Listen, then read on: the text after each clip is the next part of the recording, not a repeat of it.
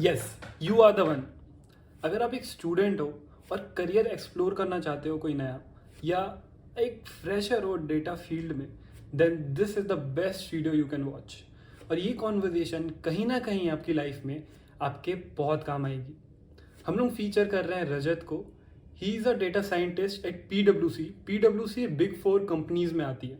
और ये कुछ टॉपिक्स हैं जो हम इस वीडियो में कवर करेंगे। तो please enjoy the video and watch the video till last. मेरा इंट्रोडक्शन ऐसा है कि मैं अपना करियर का स्टार्ट किया था BTech in mechanical engineering from KIIT university Bhubaneswar में है।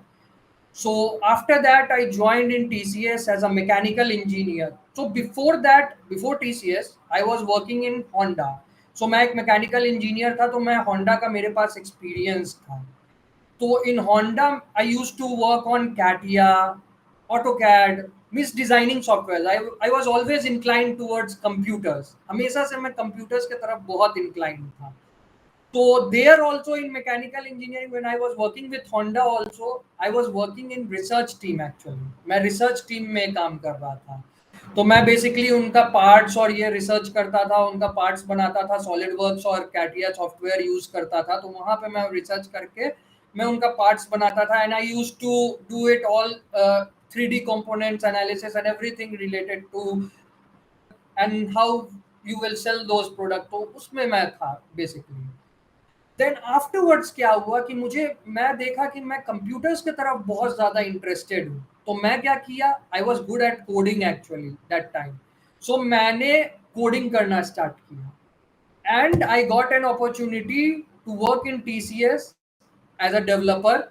और उस समय मैं जावा डेवलपमेंट में पहले TCS ज्वाइन किया, और बेसिकली मैं छोटा छोटा एंड्रॉयड एप्स बनाता था। तो हुआ ऐसा कि मतलब मज़ा आया, बहुत मज़ा आया करने में, बट चैलेंजिंग वो काम कभी लगा नहीं। वो काम ऐसा था कि मतलब it was kind of a manual kind of thing. मतलब हम सब चीज़ हम मैनुअली करते जा रहे हैं, but it was not so much challenging कि कुछ रिसर्च करो, कुछ ये करो। तो मुझे हमेशा से रिसर्च और ये सब पे ज़्यादा इंटरेस्ट था बेसिकली। तो हुआ ऐसा कि मेरा भाई he was working with 24/7 AI, and he was a data scientist there in 24/7 AI. So he was very interested in data science and he was solving a problem in Kaggle. तो basically वो Kaggle पे एक problem solve कर रहा था, and that Kaggle Kaggle is basically एक data science platform है, एक platform है for data any student or any say working person who is looking forward for an opportunity in data। तो any pertaining to any data, can be data analyst, data engineering, data science। तो वो एक तरह का competitive channel वो लोग बनाए हुए हैं जहाँ पे तुम कॉम्पिटिशन्स में पार्टिसिपेट कर सकते हो, अपना कॉम्पिटिशन्स में तुम लर्न भी कर सकते हो, तुम पार्टिसिपेट कर सकते हो फिर कोड चैलेंजेस में, फिर तुम उसको उस आइडियाज को इम्प्लीमेंट कर सकते हो अपने बिजनेस के कुछ POCs में। हर हर बिजनेस लाइन पे कुछ ना कुछ POC होता है, रिसर्च वर्क होता है जो हम लोग काम करते हैं, ठीक है। तो कैगल में उस समय corona, that was a time of Covid actually. So Covid के समय वहां पे चैलेंज था कि कोरोना का एक डेटा सेट था, and you have to predict कि कितना कंट्रीज में कितना लोग सफर कर रहे हैं from covid, and you have to take it out using machine learning and data science. तो मैं तो बहुत इंट्रीग्ड हो गया इस प्रॉब्लम स्टेटमेंट को देख के कैगल में। तो मेरा भाई जब इसको सॉल्व कर रहा था, then I got too much interested in data science पर से। वहीं से मेरा डेटा साइंस का स्टार्ट हुआ, एंड मैंने क्या किया, फिर मैं TCS में शिफ्ट किया ऑन डेटा साइंस डोमेन कि मुझे कोई डेटा साइंस का प्रोजेक्ट दो। तो एट द स्टार्ट वो डेटा एनालिस्ट का कुछ प्रोजेक्ट्स दिए जिसमें मैं काम किया। बेसिकली डेटा एनालिस्ट में क्या होता है, how is it different from data sciences, कि डेटा साइंस में तुम थोड़ा मॉडल बिल्डिंग, एल्गोरिथम्स और फ्यूचर प्रिडिक्शन क्या होगा उस पर थोड़ा ज्यादा काम करते हो। डेटा एनालिसिस में क्या होता है, ऑन दी अदर हैंड तुम्हारे पास डेटा रहता है, तुम उसको विजुअलाइज करके कंपनी को डैशबोर्ड बना के देते हो ताकि कंपनी उससे कुछ जनरेट करे आइडियाज। वो रिपोर्ट देख के वो समझे कि कैसे उसको चेंजेस करना है, क्या बिजनेस चेंजेस करना है। तो बेसिकली डेटा एनालिसिस में थोड़ा report making, tableau, power BI, ये सब सॉफ्टवेयर पे थोड़ा ज़्यादा काम होता है। अपार्ट फ्रॉम कोडिंग लैंग्वेज, उसमें कोडिंग और इसका उतना यूज़ होता नहीं है, एल्गोरिथम्स का बेसिकली उतना यूज़ होता नहीं है। तो बेसिकली तुम्हारे पास लॉट ऑफ डेटा है। मेरे पास क्या होता था, टीसीएस में डेटा इंजीनियर्स टीम रहते थे, वो डेटा को मेरे पास पाइपलाइन के थ्रू भेजते थे, और मैं क्या करता था उसके बाद, उसी डेटा को, जनरेटेड डेटा को मैं एक ब्यूटीफुल एक रिपोर्ट बना के, एक डैशबोर्ड बना के पावर बीआई और टैबल्यू से विजुअलाइजेशंस के थ्रू, उसमें कुछ टेक्स्ट समराइजेशन के थ्रू अपने क्लाइंट को बताता था कि ये देखिए, ये यहाँ पे इतना फ्यूचर, ये एनालिसिस इतना है, ये डेटा का ये फायदा है, ये इम्प्रूवमेंट हम और कर सकते हैं, इस स्केल पे हम और ग्रो कर सकते हैं, यहाँ मैं अगर थोड़ा ऑप्टिमाइज करूंगा, ये प्रोसेस को थोड़ा ऑप्टिमाइज करूंगा तो उससे ग्रोथ होगा कंपनी का। तो बेसिकली डेटा एनालिसिस में मैं ये काम टीसीएस में किया स्टार्टिंग में। लेकिन मैं देखा कि इंटरेस्ट एरिया जो मेरा था वो था हमेशा, जैसा कि मैं पहले भी बताया, मेरा इंटरेस्ट एरिया हमेशा रिसर्च और एल्गोरिथम पे ज़्यादा था। एल्गोरिथम बिल्डिंग, रिसर्च मेथोलॉजी, ये सब पे ज़्यादा था। बेसिकली कोडिंग पार्ट तो ज़्यादा था। तो इसलिए मैं डेटा साइंस के तरफ फिर बढ़ने के लिए मैं एक प्रोग्राम किया from IIT Hyderabad actually. But मेरे साथ क्या हुआ, आई वॉज काइंड ऑफ, बहुत हार्ड वर्क किया मैं उस समय, and I was very much interested also इस प्रोग्राम को लेकर के। तो मैं क्या किया, इस प्रोग्राम को पहले ही 6 महीने में ही ख़त्म करके, 6 महीने में ख़त्म करके मैं अपने से कंपनी ज्वाइन कर लिया, पीडब्ल्यूसी। सो पीडब्ल्यूसी अगर तुम जान लो तो जानो तो पीडब्ल्यूसी एक कंसल्टिंग फर्म है, बेसिकली अब बिग 4 कंसल्टिंग फर्म है, जैसे ईवाई, केपीएमजी, डेलॉयट, पीडब्ल्यूसी, ये 4 कंसल्टिंग फर्म है। तो पीडब्ल्यूसी में बेसिकली टेक्निकल डिवीजन है, मैं एडवांस एनालिटिक्स यानी कि टेक डिवीजन में हूँ, जो कि इन लोग का superior data science tech division है। तो बेसिकली ये एक सबसे टॉप डेटा डिवीजन है इन पीडब्ल्यूसी। तो मैं करंटली मैं इसी के लिए काम कर रहा हूँ अभी। या तो एक्चुअली इसमें भी 3 कैरियर है, मैंने डेटा इंजीनियरिंग का भी काम किया है। तो एक्चुअली डेटा में, pertaining to data, you have 3 roles.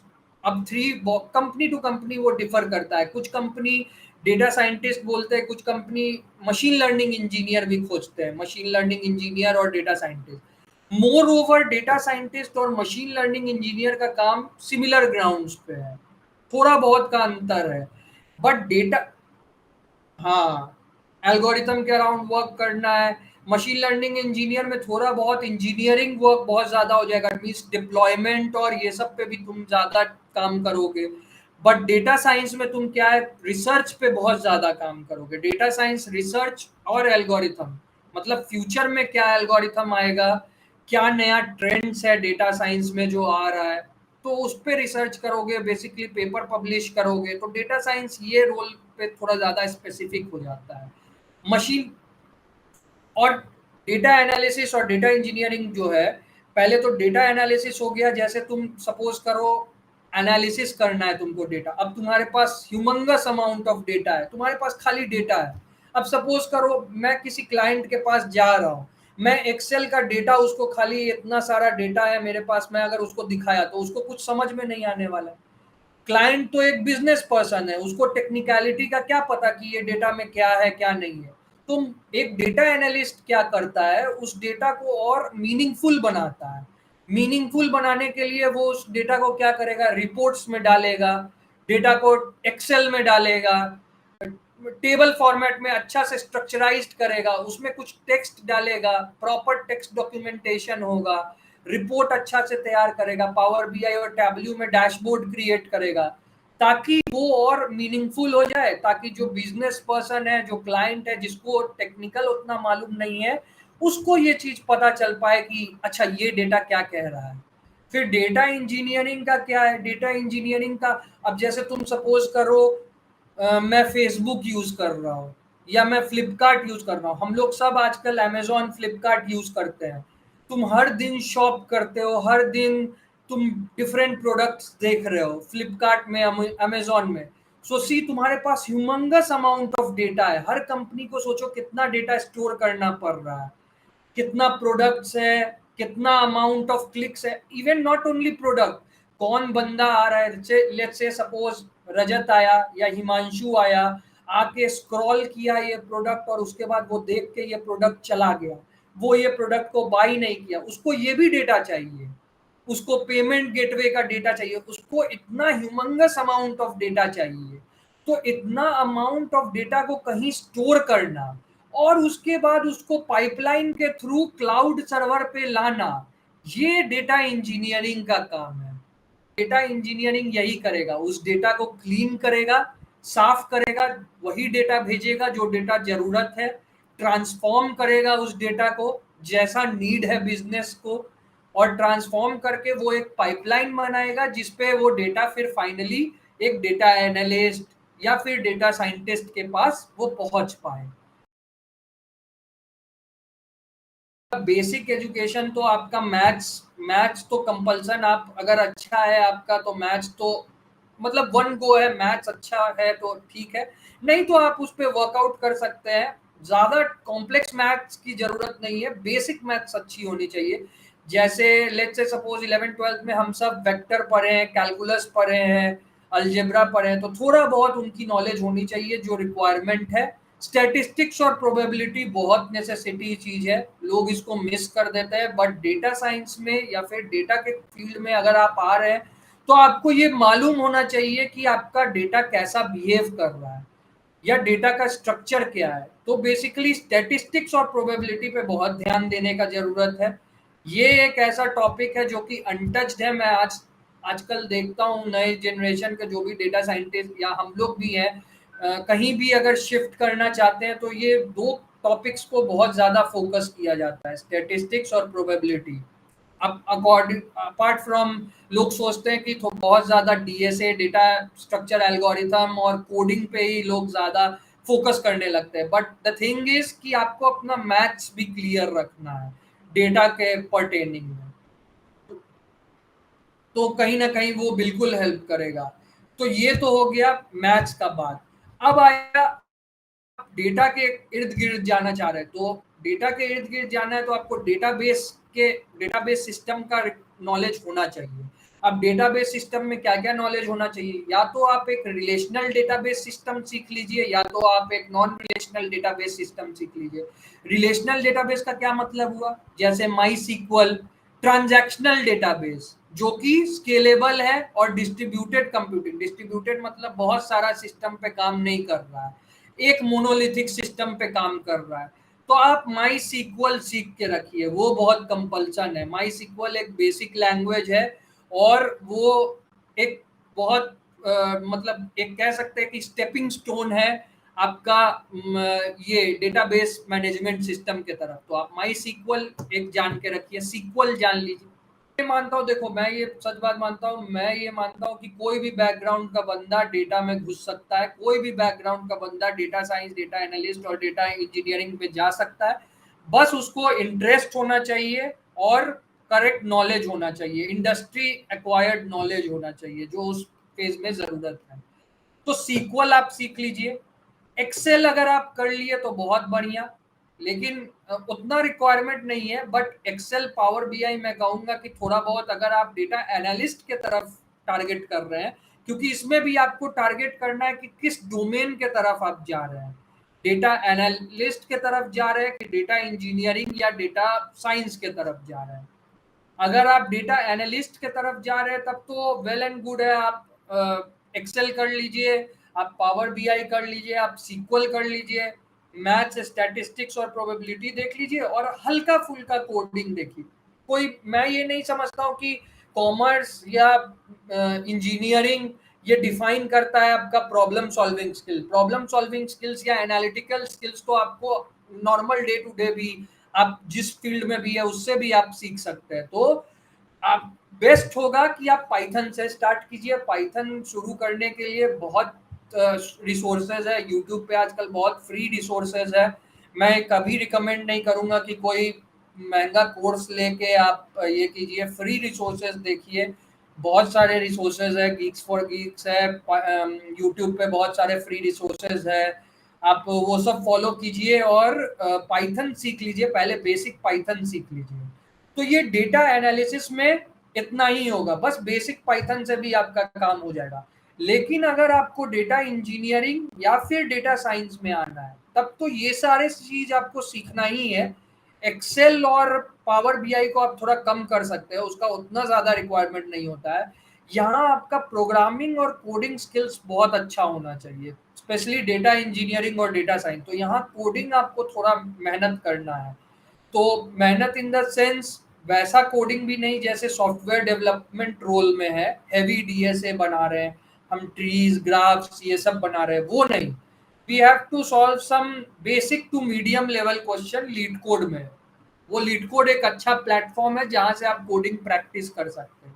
तो मैं कहूंगा कि लीड कोड, हैकर रैंक, ये सब से आप बेसिक से मीडियम क्वेश्चन पाइथन में बनाए और अपना स्किल्स इंप्रूव करें। और ये तो एक डे बाय डे स्किल्स है, हर दिन अपग्रेड करते रहने से ही आपका कोडिंग इंप्रूव होगा।